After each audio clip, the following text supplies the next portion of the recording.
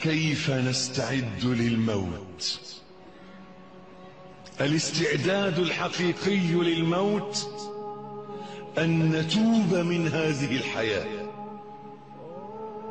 أن نتوب من حياتنا ككل، أن نتوب من نمط عيشتنا الذي نحياه، أن نتوب من عيشتنا هذه، من حياتنا هذه، من طريقتنا هذه في التفكير، في الأكل والشرب، في النوم، في الإنفاق والمصاريف، في الكلام، أن نتوب من حياتنا ككل، أن نموت، تموت فينا الشهوات، أن تموت فينا الشهوات، تموت فينا الأهواء، تموت فينا الرغبات، تموت فينا الآمال العريضة، تموت فينا تلك الأفكار السيئة التي تدعو للخلود، أن نتوب من الحياة.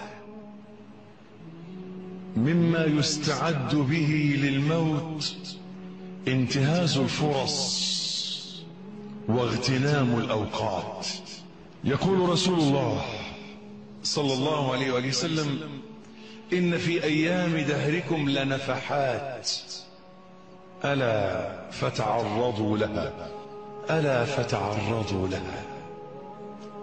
في أيام عمرنا ومضات نور، فرص فوز، لحظات نجاة، أوقات منح. هذه اللمحات، هذه اللحظات، هذه الأوقات إن لم تغتنم لعلها لا تعود.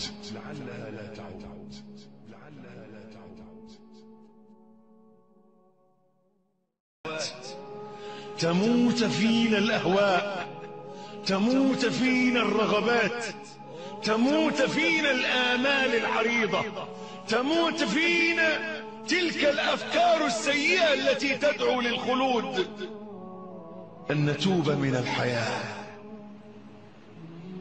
مما يستعد به للموت انتهاز الفرص واغتنام الأوقات. يقول رسول الله صلى الله عليه وآله وسلم: إن في أيام دهركم لنفحات ألا فتعرضوا لها، ألا فتعرضوا لها. في أيام عمرنا ومضات نور، فرص فوز، لحظات نجاة، أوقات منح.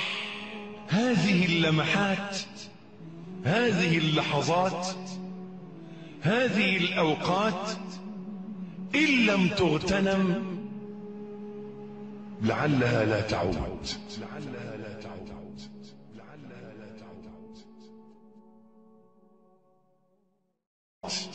يقول رسول الله صلى الله عليه وآله وسلم: إن في أيام دهركم لنفحات ألا فتعرضوا لها، ألا فتعرضوا لها. في أيام عمرنا ومضات نور، فرص فوز، لحظات نجاة، أوقات منح. هذه اللمحات، هذه اللحظات، هذه الأوقات إن لم تغتنم لعلها لا تعود.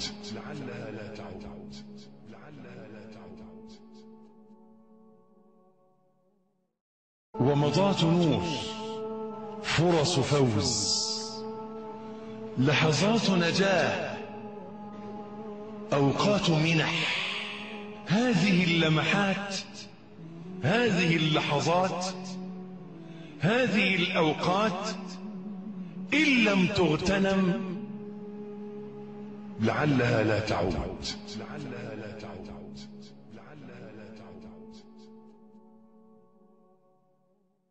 لمحات، هذه اللحظات، هذه الأوقات إن لم تغتنم لعلها لا تعود.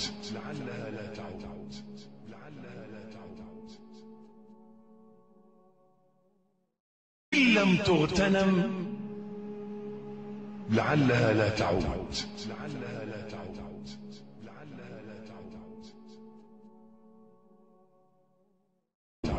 لعلها لا تعود.